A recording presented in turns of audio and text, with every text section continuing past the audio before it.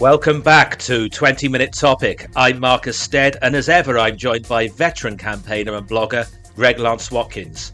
We've been away for a little while, but we're back now with a new regular run of podcasts. The Princess of Wales has revealed in a video message that in January she underwent major abdominal surgery, and while the surgery was successful, tests after the operation showed that cancer had been present, and she is now undergoing a course of preventative chemotherapy. Kate's announcement is yet another setback for the royal family, following the news last month that the King has a form of cancer, and the Duchess of York has revealed that she too is suffering from a form of skin cancer. The way Kensington Palace's PR department have handled events in recent weeks has been bizarre, to say the least. We look into the sequence of events with the Mother's Day photo and the grainy video that we're told was of Kate out shopping in Windsor. And what about Harry and Meghan? If they had handled things differently, they could have stepped up to the plate to help out with public duties in the months ahead. Alas, that ship has sailed. We've lots to discuss and not much time to do it in. I'm not going to be too strict about timings. I'm expecting things to overrun a little. This is going to be an intriguing 20 minutes or so. Do stay with us. Well, Greg, we haven't done a podcast for some considerable time, and I'm glad to be back doing these with you. I know our listeners have missed it. We've had quite a few messages recently, haven't we, saying they're missing us. I think it's been about a year since we've done a podcast, but we're here in quite solemn circumstances, really, because in the last few hours it's been announced that Catherine, the Princess of Wales, she's done a video which went out at 6 p.m. this evening, announcing that she's receiving treatment for cancer. And first of all, I'm sure you'll want to join me in sending the best wishes to her and indeed the King, who's undergoing cancer treatment. And those of us of faith will be remembering them both in our prayers. And indeed, the Duchess of York has got cancer at the moment, the same to her. Best wishes and prayers. But I think there's been a sense, and we discussed this when the Queen died, that the Queen, and the way I put it at the time, she held things together. No matter what was going on in the royal family, no matter what was going on in the political sphere, the one person we could rely on not to mess things up isn't there anymore. And that was pretty scary for me at the time when the Queen died. And now we're seeing, as inevitably others in the royal family have had to take on responsibilities. Yes, they've had bad luck, if I can call it that, in terms of both the King and the Princess of Wales having cancer at this time. But it does feel as though the ship isn't steady. With that, I'm not obviously I can't blame them for being ill. That's the way life goes. But with everything else that's going on around them, the ship doesn't feel particularly steady at the moment, does it? I think the ship would be unsteady with or without the cancer. That has merely exacerbated the problem. That's my point, yes. I think Charles handled his cancer unusually well. For anything that he handles, he usually gets most things wrong by announcing that he had cancer. Catherine has done, within the framework of what she could, everything right. I think where they've come unstuck is they gather around them some of the worst advice in the world. And that's where it's been a problem. It's permitted the conspiracy theorists and anti-royalists to invent some of the most lurid and unpleasant stories that one could imagine. And they've all been wrong, as usual. There's no doubt in my mind that Catherine's surgery was major. Let us not forget that she spent a fair amount of the time she was pregnant with all three children. Sorry, that made it sound as if she'd had a litter. On all three occasions when she had children, she spent a fair amount of time bedridden with problems. We didn't go into them. Nothing was really materially added for the public. She was unwell and having problems with her pregnancy. Most women have some problems, but hers were bad enough to actually put her in bed. So I can't say I'm that surprised that after, shall we say, a childbearing, she's gone on to have further problems. Therefore, I was perfectly happy to here, not happy, but faced the fact that she was having major abdominal surgery with some equanimity, and had leapt to the conclusion that she was almost definitely having a radical hysterectomy. I still think that is the probable surgery. Yes. Now, you've touched on some things there which I want to go into. The first is the age in which we live, the social media age. I have seen, I stay off Twitter to a very large extent these days, but even when I've gone in there, it is an absolute cesspit these days. It really is. And the trouble with that particular platform and others, but Twitter in particular, or X as we should call it now, I suppose, is that by its very nature, it attracts the worst kind of people. You can say what you like from behind a pseudonym, and the law of the land, the laws of libel, defamation, and everything like that, copyright law as well, and everything like that doesn't apply on Twitter. And that, by definition, it makes it appeal to the worst kind of person, because qualified privilege, absolute privilege, everything to do with court reporting doesn't apply there. I mean, I'm a working journalist. I know how far I can push things. There's no special laws for journalists, by the way. The same laws apply to me as to any amateur blogger, as to anyone posting anything on social media. But the law is very difficult to enforce. But the maliciousness and the nastiness with which people have commented, spreading very cruel conspiracy theories, is wrong. However, Greg, this has been a PR catastrophe in the way the royal family and those advising them, and they surround themselves with sycophants. The way as this has been handled is appalling, and let me explain what I mean by that. Two instances. I am in no doubt there was no Mother's Day photo. That photograph was a picture of Kate from some time ago that had been used in Vogue magazine and had been surrounded by other images of her children with a different background. And when that Codswallop a few weeks ago, the days after Mother's Day, hang on, this clearly things not right about this. Oh, Kate's been photoshopping. She's sorry for any confusion. Well, Greg, I'm roughly the same generation as Kate. She's a little bit older than me, a few years, but not that many years. And yes, I see pictures of friends of mine who've got young children, and they do silly things, Photoshop, and they put bunny ears on their children's pictures. They give them unusually wide eyes. They put cat's whiskers on them. You can do all that sort of thing these days. And that comes with the territory, with informal photographs. What they don't do, Greg, is remove their children's thumbs and fingers and things like that. This wasn't Kate just having a bit of a laugh. There's something very weird about that. That photo was not real. Can I give you a caveat on that? I agree your statement. I've seen many pictures of actors and actresses, and I've subsequently seen the actor and actress, and you wouldn't recognize them as the same people, because they're all press photography nowadays tends to be a lie. There's an old saying that the camera doesn't lie. Yes, it does. It rarely tells the truth. Yeah, but that's nothing new. You can go back to... They composited a picture that they felt, they being the media and PR of that were handling it, that they felt suitable to wish everybody in the country a happy Mother's Day. They wanted mother and children in it looking happy and cheerful. Now, the way to handle that, Greg, if you're not in a position to have a picture taken, would be to have a picture from some time ago of Kate and her 3 children in a garden somewhere, or visiting a charity or something like that. Happy Mother's Day, everybody, and left it at that. Doctoring a picture was setting themselves up for a situation like this, and then effectively digging a deeper hole by saying Kate was playing with it like lots of people do these days. Well, as I say, yes, they play with it by putting bunny ears or cat's whiskers on their kids. They don't go around removing fingers and thumbs. That's not how... I mean, I get lots of these pictures, people WhatsApping me, oh, my little boy's grown up, it's his birthday today, and all this sort of thing. You don't go around removing fingers and thumbs and all the rest of it. That the way that was handled to me was poor. There's probably a certain age when it's a good idea to remove their fingers and thumbs to get themselves into less trouble.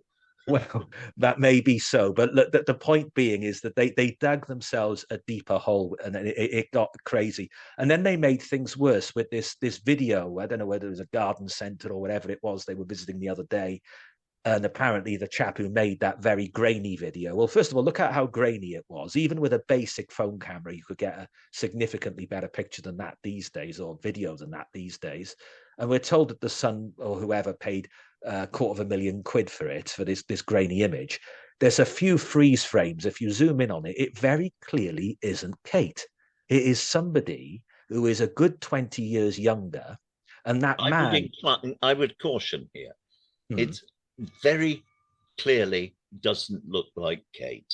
I wouldn't say it isn't Kate, because it's amazing what you can do with Photoshop. Well, this is somebody, and the guy supposed to be William has got a baseball cap on or a hat of some sort on. We can't see his face clearly, but this is a woman significantly younger. You know, if you wanted to say, oh, this was the Kate of 20 years ago when they were at, where was it, Edinburgh University, at a stretch, I could just about have believed it. But then you look more closely, the facial features are different, the teeth are different.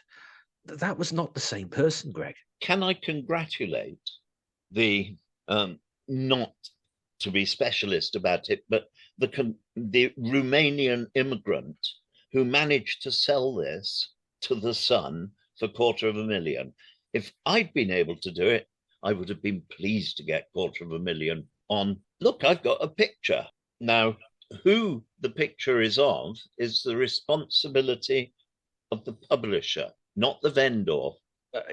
Indeed, but there was no denial from Kensington Palace that it was her. That was the point. Now, Greg, they haven't made up their mind whether they are taking the line of the Queen, the past Queen, which is don't argue, don't make excuses, don't engage, or the modern, quite ridiculous line of engage at every opportunity.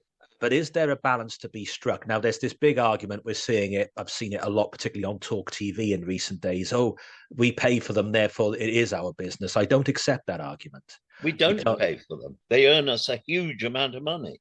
Yeah, that is true as well. But that's the line that was put forward. But even that aside, no, I don't think it's our business. I think that there is a balance to be struck.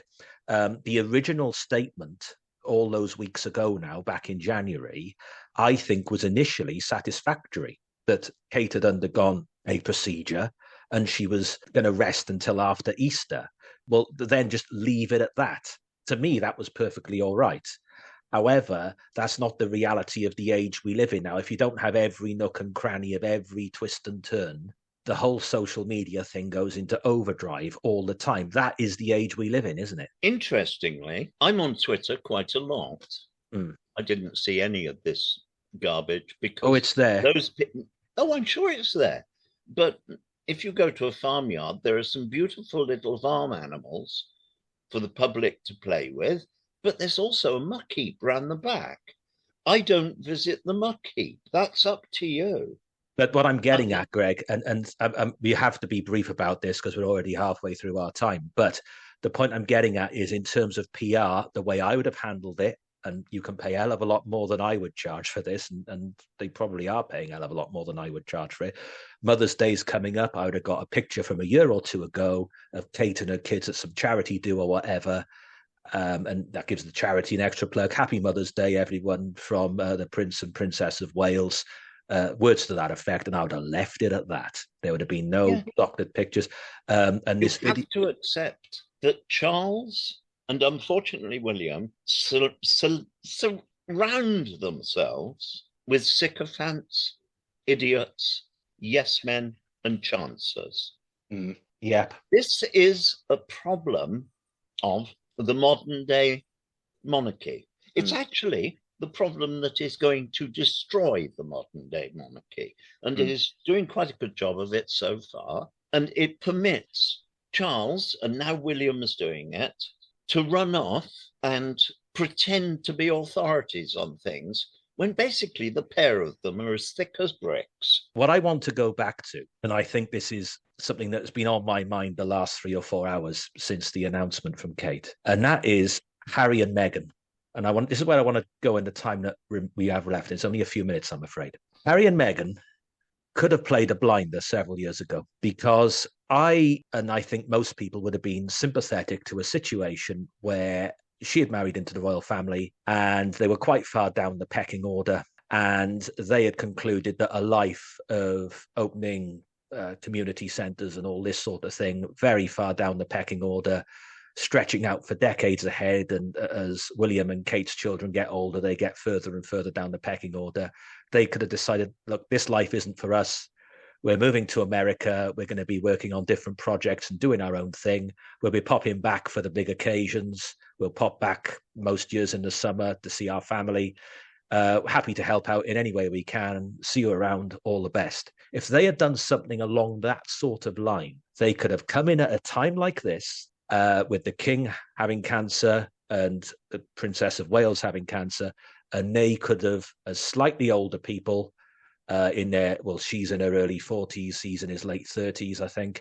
They could have come in and they could have held the fort for however many months this situation is going to continue. But unfortunately, and look, all families have their ups and downs. All families have clashes of personality. All families have their arguments. But the way in which they twisted everything, going back to the podcast we did a couple of years ago now, the Oprah interview, and going back to everything that had gone on in terms of him writing a book and twisting certain anecdotes to suit themselves and coming up with imaginary incidents, they have burnt their bridges to such an extent where at this time, where they could have held the fort for a few months, and that could have done us good for international relations with them being based in America as well. Unfortunately, because of their attitude and their behavior, they have blown it. Quite honestly, Marcus, I wouldn't want them back to do the washing up. They'd steal the silver. Yeah, well, it's far too late now, because particularly in light of the way they behaved after the Queen died, and I'm not Sir John Major's biggest fan, not by a long way, but when he was interviewed, I think it was by Laura Koonsberg, and he was asked about this. He said, "Well, look, when people pass on and family funerals, this is a time for healing in many families. It's a time to put things in perspective and to move on. These are the opportunities that come with funerals and so forth." They didn't do that.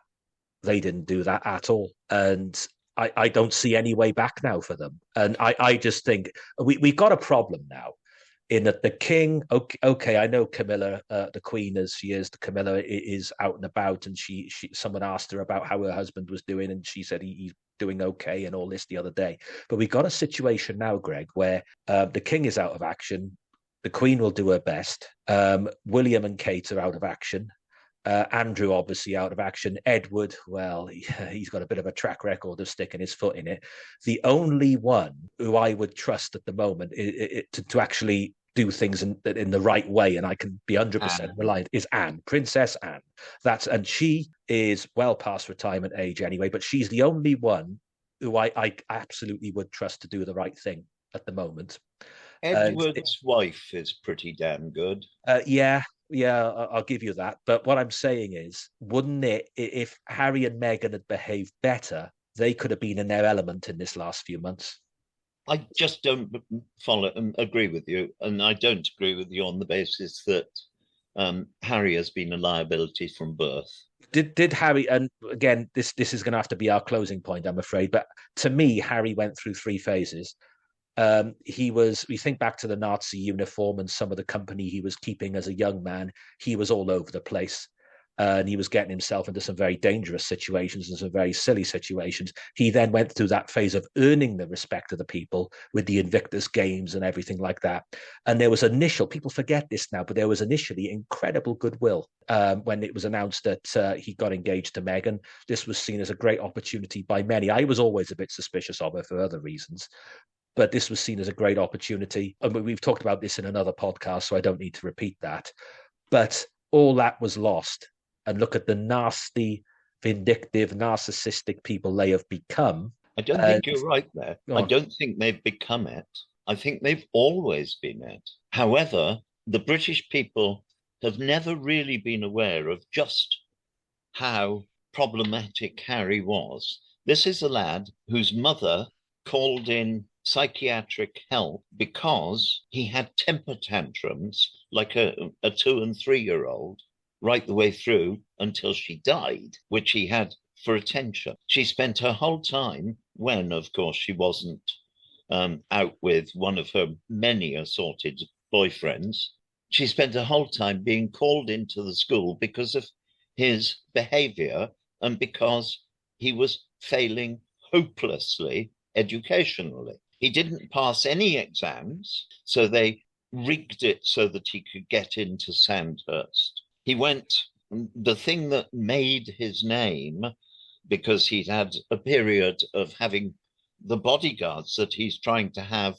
replaced through the courts, those bodyguards were there to stop him getting in fights because he was drunk or drugged. Greg, I want to end pretty much where we began, in that we were lucky for 70 years with the Queen and the Duke of Edinburgh. And we were lucky not just because, particularly of the Queen's personality, but also the Duke of Edinburgh's personality, but also because until very near the end of their lives, there weren't that many health problems, not really.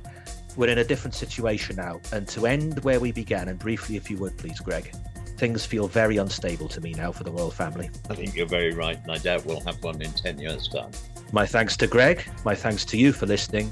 Join us again soon.